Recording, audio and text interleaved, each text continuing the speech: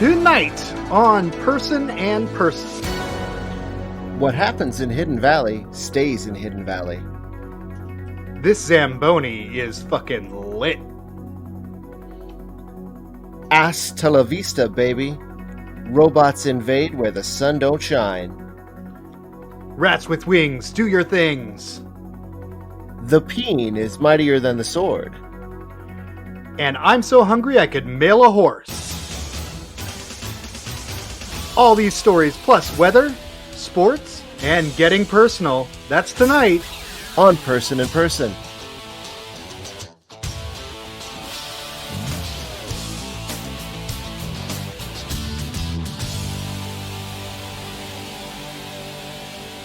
Good evening, wherever you are, whoever you are, and welcome to Person and Person. I'm Gene Person. And I'm Greg Person. No relation. Person and Person is a news show for people who don't like news shows, by people who don't like news shows. No lofty aspiration to journalistic integrity here. We pick and choose the stories we talk about. It's funnier that way. That's right, Gene. Knowledge is a poison that brings madness and misery, and we are the cure. But enough about our show. Let's pop the cork on tonight's main stories. It's main news! Okay, at the top of the show, and certainly at the top of my mind, I don't normally do it this way, folks, but I'm just going to go ahead and read a little blurb I cut out from a newspaper in Kansas. Just going to read it verbatim because I think it's perfect. Maybe the most perfect sequence of words I've ever seen. A 17-year-old male was naked and under the influence of a substance, the sheriff's office said. He covered himself in ranch dressing, damaged property inside a business, ran outside and jumped into a running vehicle, and then crashed into a nearby pillar. That right there, that's perfect, okay? But, that's pretty much the whole story, is the thing. Even in the original, there's not a lot of other details. So I do still have questions. Yeah, I want to know details. For instance, I mean, just right off the bat, what substance? Like, where do you get it? How much does it cost? How do you make it? Asking for a friend. Oh, okay. For a friend. You think it might be bath salts? I mean, maybe if you were going to eat your own face, the ranch dressing would help. Which actually, the ranch leads me to my second question. Why ranch? Now, I have a theory about this. Okay, hit me. I actually do. I'm so ready. So here's the thing. He stripped naked, but he was fully dressed. Gene, Gene, we just got started. What are you doing, buddy? I can't help it. They call it ranch dressing for a reason. You know what? Fair play. I'm going to let you have that one, but that's it. That's all. All right. Okay, but my question about the ranch is, okay, they say he covered himself in ranch, but did he just put some ranch on himself, or was he really covered in ranch? Is he enrobed head to toe?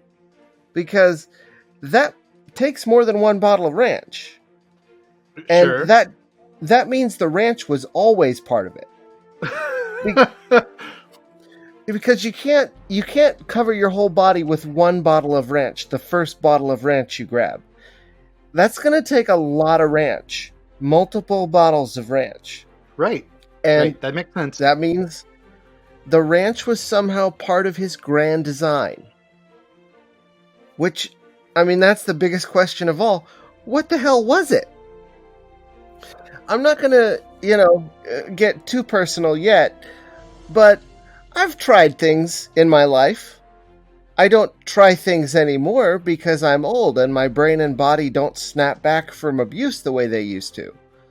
But I've tried a couple things, and nothing that I've ever even heard of is going to make you strip naked, cover yourself in ranch dressing, steal a car, crash a car. I mean, What did he even think he was trying to do? Well, you know, the first rule of Rancherkey Club is you don't talk about Rancherkey Club.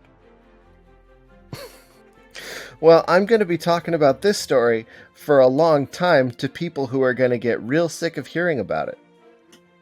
Do you think there are other, like, sauce crimes out there?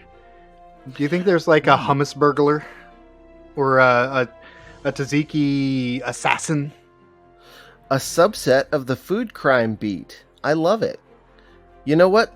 Let's see what we can find with our investigative journalism chops, and maybe put it up on a special episode someday. I'm on it. Or you're on it. One of us is going to definitely be on it. Well, we are the dedicated cub reporters, although at this point I'm more of a full bear. And we will get to the bottom of this thing. All right. Story number 2. Zamboni erupts in flames.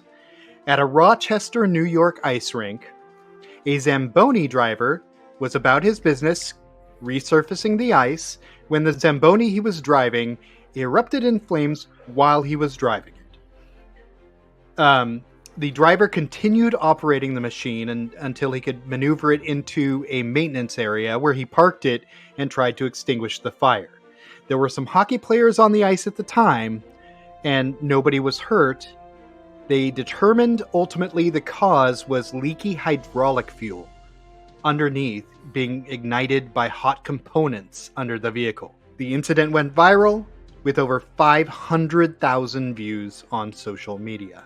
So my first thought, this might be just what hockey needs. It's already more entertaining than football, basketball, and baseball because it's got more active play, you know. It's already incredibly brutal. Maybe adding a little fire to the mix takes things to the next level. Put the flaming Zamboni out there while the players fight over the puck. I say, why not? I mean, what could it hurt? Well, the players, but I mean, they're playing hockey. They're already going to be getting hurt. Yeah, you knew the job was dangerous when you took it, Gretzky. Speaking of dangerous jobs, props to the driver for keeping his cool and not, like, immediately diving off the giant flaming death machine, which was threatening him in not one, but 2 ways. Both fire and drowning. Because I needn't tell you this, Greg. Ice melts. Actually, I have a question about that, and this is kind of parting the kimono. You are a hockey fan, and I know nothing about hockey. How much ice is on an ice rink? Well, I believe the technical term is a fuck ton. Okay, so like, if the ice melted, you would be in danger. Not really. No. I mean, if you were face down on it, maybe. Okay, so it raises the stakes a little bit to have a flaming Zamboni, but it's not gonna drown anybody. Yeah, but that kills all the funny in my bit, so. Oh yeah, well, I apologize. Jerry, take that out.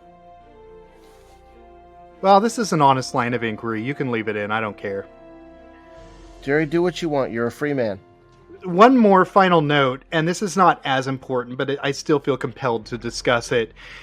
I understand not immediately rushing to help the driver or the hockey players, but immediately grabbing your cell phone to capture the video is kind of concern to me, because if it weren't a machine, if I were the one on fire, I'd want you to put my ass out before you go to get more views on frickin' TikTok.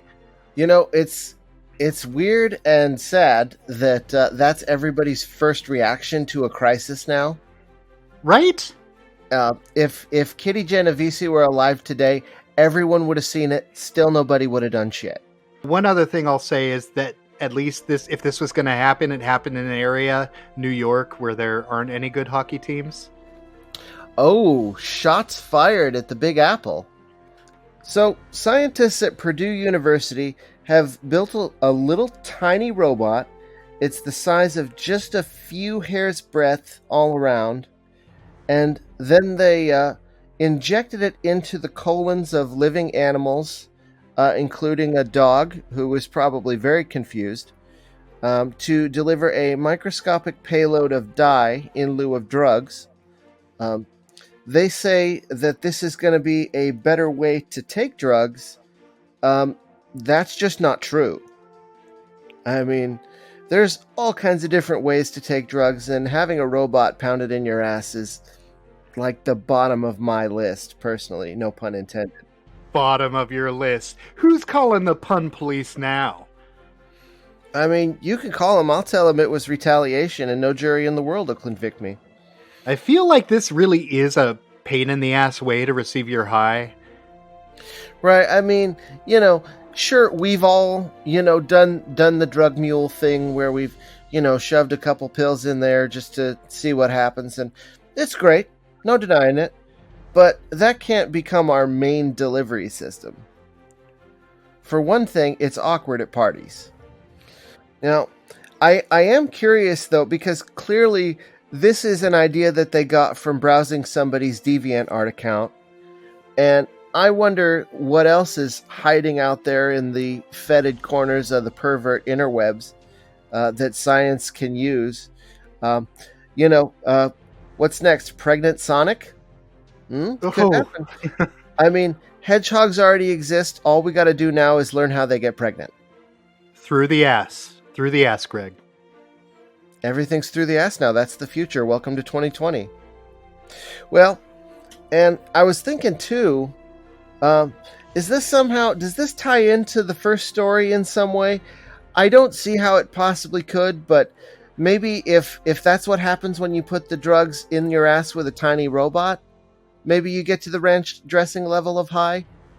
Yeah, that could be an explanation. I have a quick question for you. And this may be just me drawing from popular culture, as, I am wont to do. Is Dennis Quaid piloting this vehicle? Oh, like in Fantastic Voyage? Inner Space. Inner Space is what I'm referring to. God damn it. I felt so good about that. There's a real roller coaster on this show, people. Jesus. It's a short-lived high. Much like getting the amount of drugs that you could get from a hair's breadth robot in your ass. We just seem to be inching towards Skynet, but we're taking a really weird path to get there. See, yeah, everybody thought it was... First they thought it was going to be like NORAD and the missiles, and now it's like, oh, your phone is taking over your brain. Who cares about your brain? The robots are taking your ass. This is... I mean, Chuck Tingle right now is listening to this, and he's like, I never wanted this. I never wanted to be pounded in the ass by my microscopic delivery robot. One bird in the ass is worth two in the bush. In Bushnell, Florida, a group of smugglers were busted by wildlife investigators from the Florida Fish and Wildlife Conservation Commission. So they received a tip that flying squirrels were being illegally trapped. They are a protected species. What investigators uncovered, well, it's a complicated scheme, but I'm going to try to unpack it at least a little bit for you. First of all, they were being sold as bred in domesticity, like bred on purpose and then sold through a pet store. Buyers would have to fly in from Korea and then pick up the animals, drive them to Chicago, where they were then flown to Asia through an unwitting animal exporter. As many as 3,600 flying squirrels were moved this way, and the value is in excess of $1 million. Now, my first question is, who knew flying squirrels were made of fucking gold? It's like Tiger King, only nobody gets an arm bitten off. It's amazing. Right? Well, this has got to be for some kind of traditional medicine thing, right? This is to make your dick bigger or turn you invisible or make you live forever? I think this is strictly monetary on the part of the poachers anyway. Looking at the mugshots, these guys are like definitely members of some kind of militia. Mm-hmm. Well, it's Florida. It makes sense. How are you going to buy all those AR-15s now that Obama has made it illegal? Thanks, Obama. I'll tell you how. You sell some friggin' squirrels. Well, there's always money in the squirrel stand. I also love the needlessly complicated scheme to sell the animals. Because let's say you're a guy who wants to adopt a squirrel. All you have to do is, solve my riddles 3. Mm-hmm. Find the hidden keys. Solve my riddles 3 more. Complete a triathlon. And solve my riddle 4. Okay, so is your riddle 4, is that an additional 4 riddles, or is that just a 4th riddle to go along with the second set of 3 riddles? It is a last riddle to the second set of 3 riddles. Okay, got it. But it's a really hard one, so it could be 3 riddles in its own. And it's a 3-parter, so, Okay. I guess we're splitting the hairs here. I love that after all that rigmarole and jumping through all those hoops, it was still just someone who saw them trapping the squirrels who got them caught. Right. They've got this Byzantine master plan, and somebody sees this and is like, what the fuck? And that's it. Yeah, that's your plan. That's the end of it. That's like Moriarty being led away in handcuffs, and they're interviewing the bystander, and he's like, and I saw this guy, and I'm like, hold on, buddy, you can't just break into a bank. Reports were that in addition to flying squirrels, turtles and alligators were poached and sold as well. Mm-hmm. Why not moose? I feel like that would do pretty well in the Russian market. Moose and squirrel? That's preposterous. All right, well, fair enough. I wonder what a flying squirrel's penis looks like. Okay, thanks for the assist. Because our next story, as you know, is about peens. We're seeing more new dudes in media than ever before. If you've been watching premium streaming services at all, you've seen your fair share of dongs lately. And if you're like me, you're thinking, hey, that's all right. Good for them. Shouldn't be afraid to show that. But here's the thing. They are. Because those dongs you're seeing on TV, those are fake. Those are prosthetics. No. Yeah. And it's not digital. Because I mean, if they can't animate hair, they're sure not going to be able to, animate the delicate. So these are practical effects? Yes. This is. You're wondering where all that squib money went? It went into fake dongs. Fake dongs. You're wondering why John Wick has to have cartoon blood? It's because they spent all their squib money on fake dicks. Hollywood, more like Proxywood. That's a thinker. Because I literally did have to think about it for a second. And I was like, oh, proxy would. Yes. I'm proud of that one. Leave that in. So these are supposedly, they're making the male actors wear the prosthetic penises for consistency. Because as we know, the male genitals are notoriously variable based on temperature, time of day, degree of interest, let's call it. Genetics. Yeah. The cruel hand of a capricious god.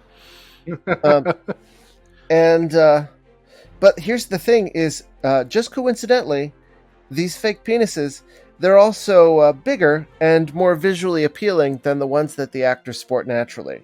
Of course they are. You go big or you go home. So about this, I also have some questions. Number 1, where do you get them? How much do they cost? How do they make them? Asking for a friend. Who is this friend who needs all this extra information? Well, I mean, we have, at this point, literally almost halves of dozens of listeners. Technically, according to the statistics, we have over halves of dozens of listeners. Well, I learned something new today. Actually, I learned a lot of things, some of which I wish I could scrub from my brain forever. Because apparently the female actors are also faking it. They've got merkins and artificial labia. That's standard, apparently, has been for a while. Holy cow. It just makes me wonder, is anything in movies even real anymore? I mean, are those two even really step-siblings? I didn't realize we were talking about those movies. What other kind of movies are there? There's just the one streaming services, right? Rhymes with corn nub. This is kind of amazing to me. In notoriously conscientious Hollywood, that they're coming up with ways to involve meat substitutes even in their films. It's true. It's not an impossible burger. It's an impossible fur burger. Ladies and gentlemen, the impossible boner. But I do want to take a second just to talk to the audience, the world at large, especially these poor schmucks in Hollywood. Folks, your genitals are fine. Genitals, they're like cake. They're still pretty good even when they're not perfect. You know, if they don't rise as much as you want them to, if they've got kind of a funky aroma because you burn the spices, it's still cake. You just tuck in and make a mess and enjoy yourself, you know? And the reason that movie stars need plastic genitals anyway is that they're all smooth down there like dolls. That's the secret inadequacy that propels them forward constantly to achieve and achieve and achieve. So you know what? We should be grateful for it, and so should they. Our sixth and final news story tonight. A horse skeleton was intercepted by the Postal Service. Now, this headline might be a little deceptive. This is not postal inspectors hiding under a covered bridge to stop the headless horseman. Oh, thank God. Rather, this was a mail sorting facility in Florida, seizing an odd package from Hungary. Inside were more than 200 horse bones. The acting director of field operations for Miami and Tampa tweeted photos of the bones saying, "No horsing around this Halloween."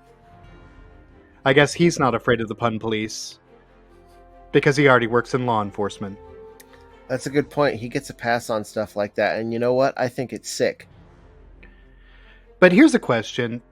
Is it actually illegal to send horse parts by mail? My sources say nay. As long as you have the required veterinary services permits, you're fine. Otherwise, your horse bones are likely to be seized. I want to really quickly break from the story and think about what possible uses there are for a horse skeleton. Now, an obvious one is Halloween decoration. For real, that is legit. Or for a veterinary school or anatomy class. Mm-hmm. But here's one I rather like. Spooky cowboys. So the cowboys would be skeletons too? Why not? The ghost riders in the sky need their steeds, man. It's true. I mean, if they're not there to make that grim tableau, what am I going to airbrush onto my van? Right. My other idea is that maybe someone out there is just making a whole mess of a horse stock. Oh, you know? Like for a really big horse soup? Right. You grab a couple of bones, you toss them into the crock pot with some water, some onion, some celery. You wait a little while, you got some horse broth. Okay, no joke. That's probably delicious. And you could probably sell it. Trader Joe, if you're out there, this is it, buddy. This is the call up. Get you some horse bones. Make it happen. Speaking of sales, the story didn't say it, but I wonder if this is like an Etsy thing over in Hungary. How big is the market for horse skeletons in Hungary? I'm super curious about that. I also want to know what they sell for. And my final question tonight is it more or less expensive to buy an entire horse skeleton than it is to buy a flying squirrel? Ooh. Huh. Well, I guess there's only one way to know. Fire up that Tor and get on the dark web. So I had a couple of questions about this horse story that struck me as you were detailing it. For one, we have horses in America. I've seen them. Right. What do you need to get a horse from Hungary for? Is this a special horse? Does the article indicate that this was like a magic Hungarian horse in any way? Could it have been a unicorn? If it was, they wouldn't tell us, which proves that it is. Right. I think we've cracked it. Okay, Hungarian unicorns. They're here. But isn't the horn really the main magical part? Unfortunately, on death, the horn disintegrates. Oh, I didn't know that. Where did you learn that? That's where confetti comes from. Oh. Huh. My brain is wrinkling like a raisin in the sun tonight, Gene. And the other question I had is, so you buy a horse skeleton, but it's disassembled, it's in a box. Does that mean when you get it home, you have to put together an entire horse? I think that's what it means. This is the age of IKEA. So, here's what I think happened here. Is you've got a guy, daughter asks for a pony, and he's like, "Okay, I've looked at ponies. They're really expensive, and I think I'm just going to need to build one from a kit." Happy birthday, sweetheart. It's a Frankensteed. Well, I mean, he was probably going to layer hamburger and spare skin on it. Sure. You would do, for sure. Well, how else are you going to have a fully realized horse? Well, that's all the top stories for tonight. Let's transition into world news. Greg, would you do the honors? Absolutely.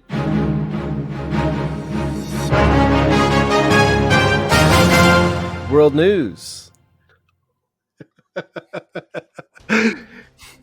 Our first story coming out of Brazil, a senator named Chico Rodriguez, under investigation for potential misuse of COVID-19 response money, was discovered to have hidden money in between his butt cheeks.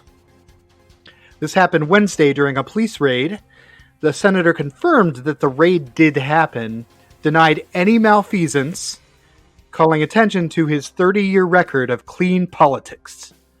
This was reported in newspapers throughout Brazil, so you tell me whether this actually happened or not.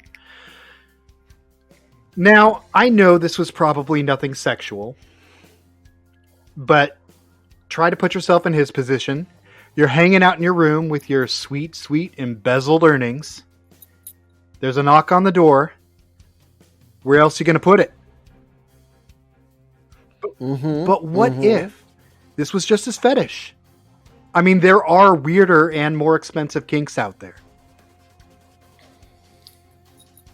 Well, you and I, we're podcasters, so we're millionaires, and we've both done the indecent proposal thing, where we spread a bunch of money out on the bed and roll around in it. And after you've done that 6 or 7 times, as we have done, you start to get a little curious. 6 or 7 times? That's a daily practice for me. I think we should disillusion our audience of the notion that we are actually millionaires, because we wouldn't be podcasting. Guys, I am recording this right now from the men's room of a Greyhound bus station. Stealing COVID-19 relief funds is pretty low. I'm glad in Brazil the police actually investigate crimes like this rather than just publicly endorsing the politicians that gorge themselves on funds intended to help people. But it sounds like he stole a buttload of money from people who could have used it to help ride out the pandemic. We've got to get dirty money out of politics. That's all and there this is sounds to like it. the dirtiest money there is. Literally can't get any dirtier.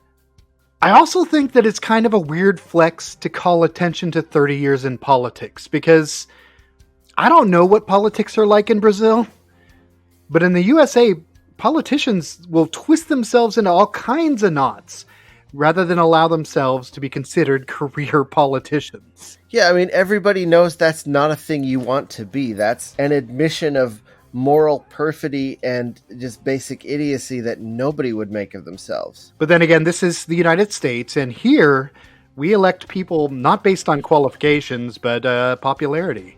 Then again, in the United States, it's the politicians' noses that end up deep in their corporate donors' assholes. Mm-hmm. Our next story coming out of France, A beekeeper protesting getting no help from authorities in tackling the invasion of Asian hornets left a nest containing 1,500 of the insects outside a town hall. Now, I want to be clear, these are not murder hornets. Those are the Asian giant hornet. But instead, these are Asian hornets, still an invasive species in Europe. They eat honeybees, as if bees needed another freaking threat. The mayor of the town said he empathizes with the plight of this gentleman, but it's still wrong to endanger the citizens. This man's argument is that he was refused help removing the nest from his own private residence. But why is it less crazy to just leave it at his house if the nest is so dangerous at a town hall? That makes a bit of sense to me. True. So why aren't we exporting hornets to every town hall? You know, it would spice up local politics for sure. Public access TV would never be the same. Why aren't we exporting hornets to every public gathering right now? You want to talk social distance? I guarantee miles between people. Yeah, I mean, it would, you would hear that telltale buzzing and you'd be like, oh wait, I should be inside right now anyway. Exactly. So, I want to talk a little bit about how the Asian hornets work. So they raid honeybee hives by stalking around outside and snagging the drones and workers as they leave the hive. The workers are then chopped to bits and their thorax is fed to the larvae of the hornets. And I just thought that was really interesting and kind of odd because I didn't know that capitalism existed in the insect world. Ooh, sick burn on capitalism. Then again, even though it's a gruesome way to die, it could be worse. At least the bees don't have to worry about COVID-19.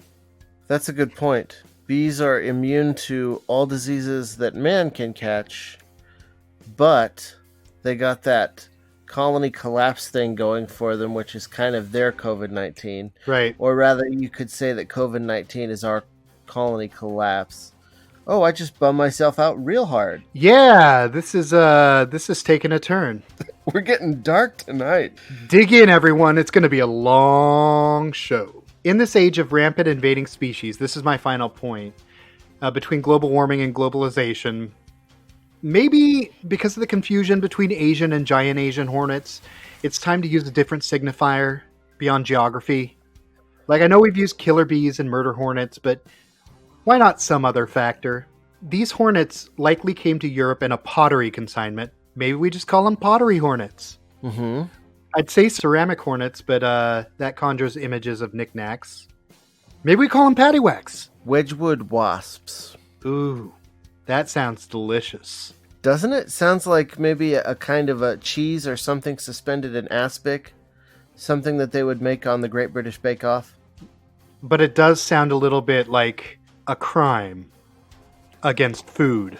Oh, if you want to hear about food crime, my man, I've got something that is going to make your blood boil. All right, I'm all ears. So check this out, folks. This is the $Zillion lobster frittata.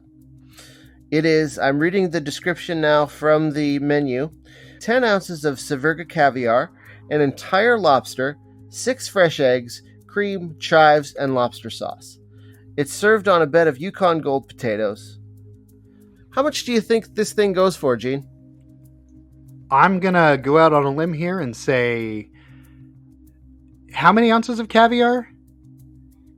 10 ounces of caviar. Sevurga caviar, which I guess is a special caviar, otherwise they wouldn't see fit to mention it. All right, I'm going to say a couple $100. You sad chump. You are so far off, it is sad. It is $2,000, my dude. You're fucking kidding. No, for real. Up from $1,000 when it first debuted several years ago. So, by that time, apparently the caviar market has jumped enough that it's now $2,000.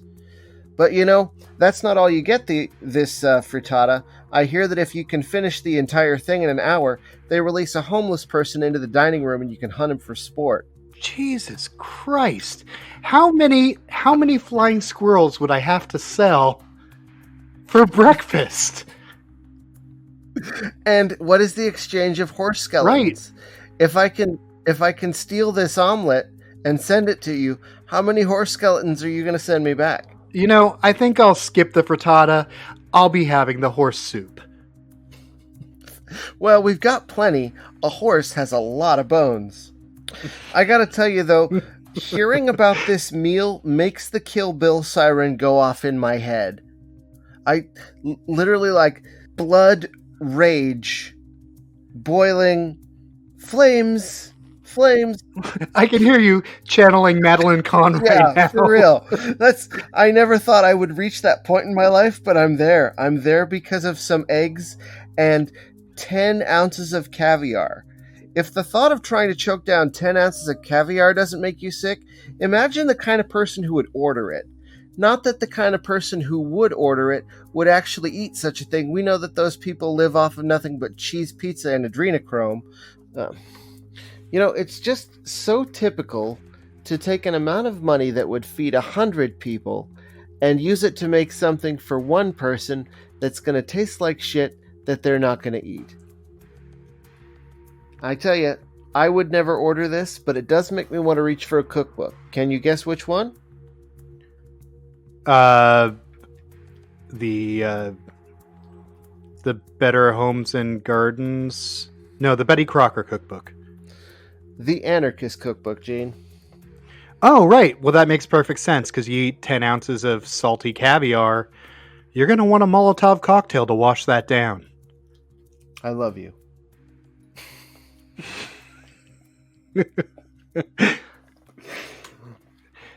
Well, speaking of love, which is an emotion, it's time for the emotional weather.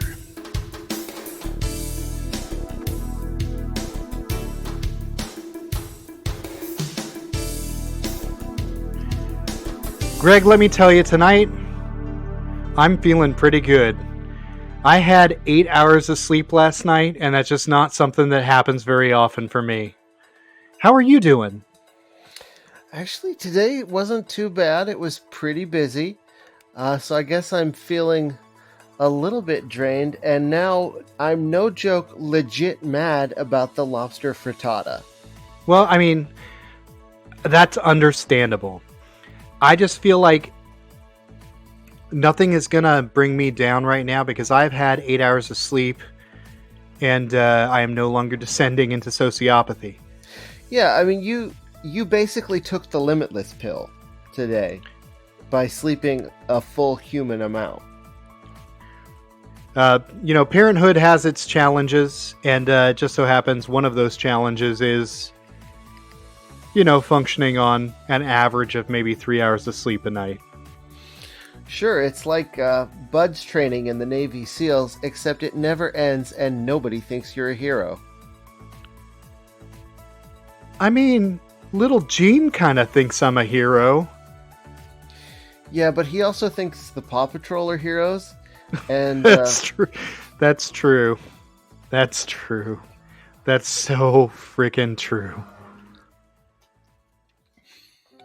Okay. And now it's time for our newest segment, Getting Personal.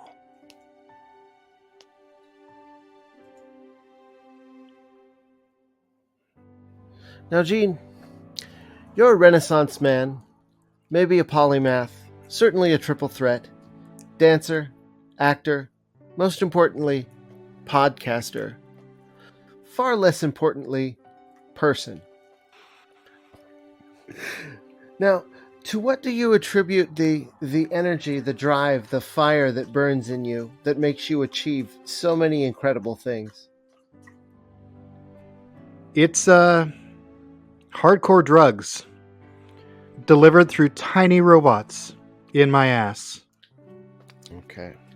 Now, if you'll permit me, I'd like to present the following questions given to me by my dear friend James Lipton, given to him by his dear friend Bernard Pivot, who found them carved in a cave in Israel.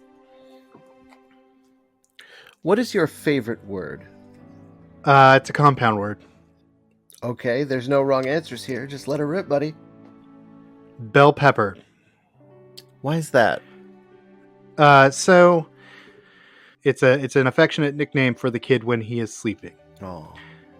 It started with my wife's nickname for him, Sleepy Bo Peepee, which she abbreviated to SBP, and then I started positing other things that SBP could stand for, and Sinister Bell Pepper seems to be a favorite. But, if you're from Australia, capsicum. Yeah, I can't get over the way Australians talk. I just hate it. I honestly do. This is not a bit. How many vowels can you work into the word no?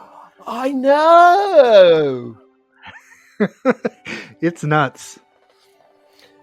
Not to say there's anything wrong with the way Australians talk. I'll say it. Learn to talk normal. Well, what is your least favorite word? And this also relates to me being a father. My son is 2 years old, so right now the word I hear most often is no. But screamed in your face. Oh, sometimes directly in my ear. Oh, that can't feel good. I don't want to answer that with the word that I hate. Okay, well then let's move on. What turns you on? The power button. Oh. Wait, are you a robot? Are you the one making the little robots that are invading our rectums? No. Okay. No. That's silly. Yeah, control. He suspects it. Yeah, you're burnt. You're burnt. What sound do you love? I love the gentle whir of a small fan. That's really good. In fact, if it wouldn't completely destroy our audio, I'd be sorely tempted to do that right now. What sound do you hate? Okay, if I had to pick one, because I don't like loud noises, but I'm gonna try to be specific here. It's gonna be the sound my son made when he first tried a jalapeno. Oh, that must have been a real horror show. It was nuts. It was kind of a cross between a dry heave and a scream. God, my skin is crawling just trying to imagine that. It's the worst thing you can imagine. Now this is my favorite of all the questions. What is your favorite curse word? Ooh. Okay, so I like outmoded curse words that aren't commonly said in our modern times. But I'm trying to think what would be my favorite one. Because I use like zounds a lot and gadzooks. But I don't know that I would call those favorites. G. Rover Cripes is pretty good. I like Jesus H. Particular Christ. That feels powerful to me.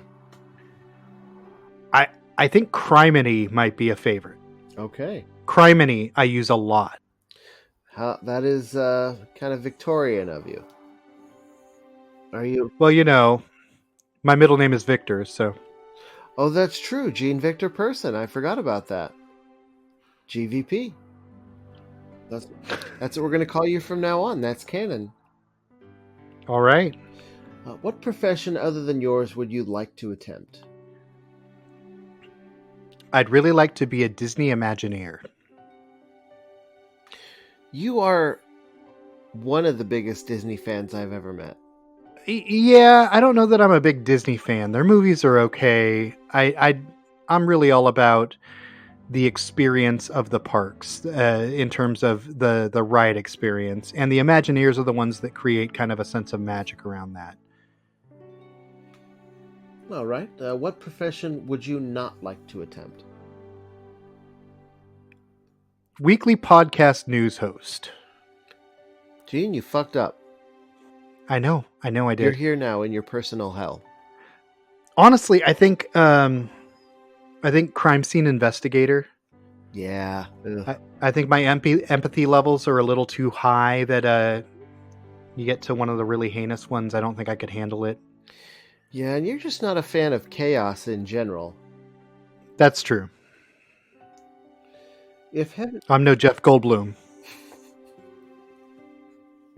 Oh, we're going right back to Jurassic Park. That's right, folks. You thought this show was going to be about other shit?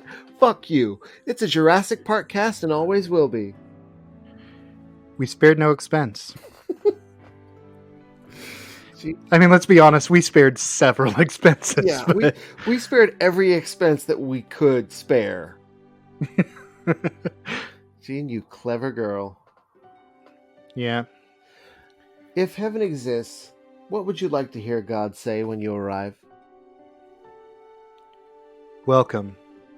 There are no Jerrys here. Oh, imagine. I know. Bliss. I know. Jerry, leave that in. Leave it in. People need to know. All right. Well, thank you so much for taking the time to sit for this interview so that we could really get to know the man behind the person.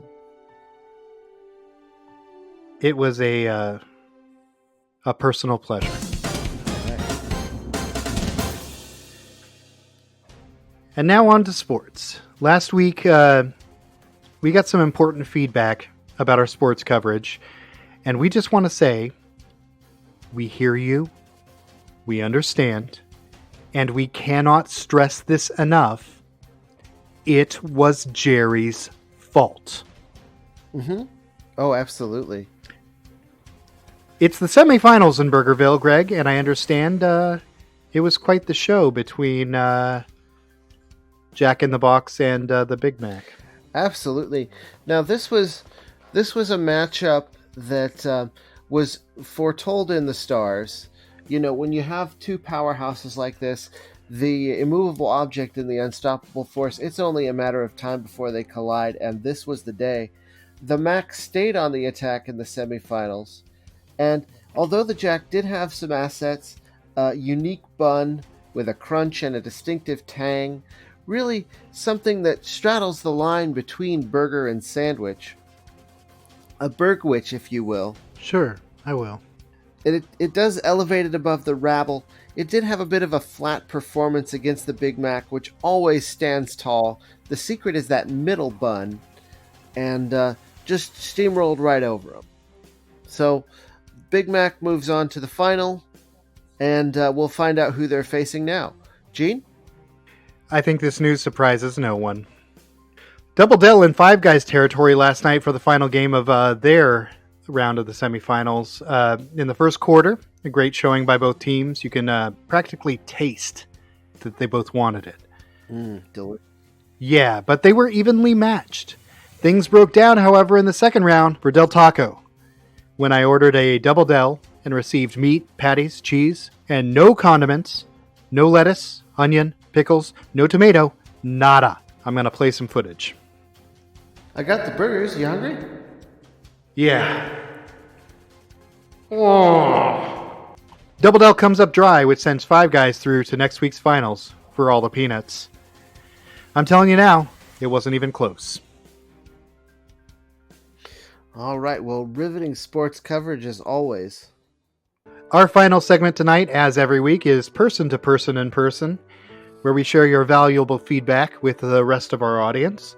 This week we have an email from a Mrs. G. Person who writes, "Talk more about your baby. I love babies, specifically Little Jean. Sincerely, Little Jean's mom." First of all, Little Jean is not a baby, he is a toddler. Secondly, if you're such a fan, why do you need me to talk about Little Jean, lady? Why don't you already know all the details? And finally, thanks so much for your feedback. It's great to hear from our listeners. Excellent. You really roasted Little Jean's mom. She will think twice before she comes at you again with her ill-informed, half-considered opinions again. Well, this is just the beginning of our love story. Yeah, going hard on Mrs. Person. Wouldn't be the first time. Little Jean had to get here somehow. Indeed. That's where they come from. I also have a letter, Gene. Oh, great. It's from an eccentric Finnish billionaire, Remo Smukels. Fantastic. Let's hear it. Yeah, he writes, I'm an eccentric Finnish billionaire. I love your podcast. How do I give you money so that you can be bequeathed upon in my will? Do we have an answer for that? We're working on it, Gene. And I will say that I've been bequeathed upon before, but never for money. Folks, that's all the show we have for you tonight. We invite you to participate in person to person in person. There's so many ways for you to get yourself heard. Send us an email, personinpersonshow@gmail.com. Drop us a voicemail. It's 541-249-5933. Find us at Twitter, @AnchorPersons, and on Facebook, @PersonInPersonShow. Until next time, this is Gene Person, saying you should always end a comedy set with a callback. And this is Greg Person saying, your genitals are fine. Good night.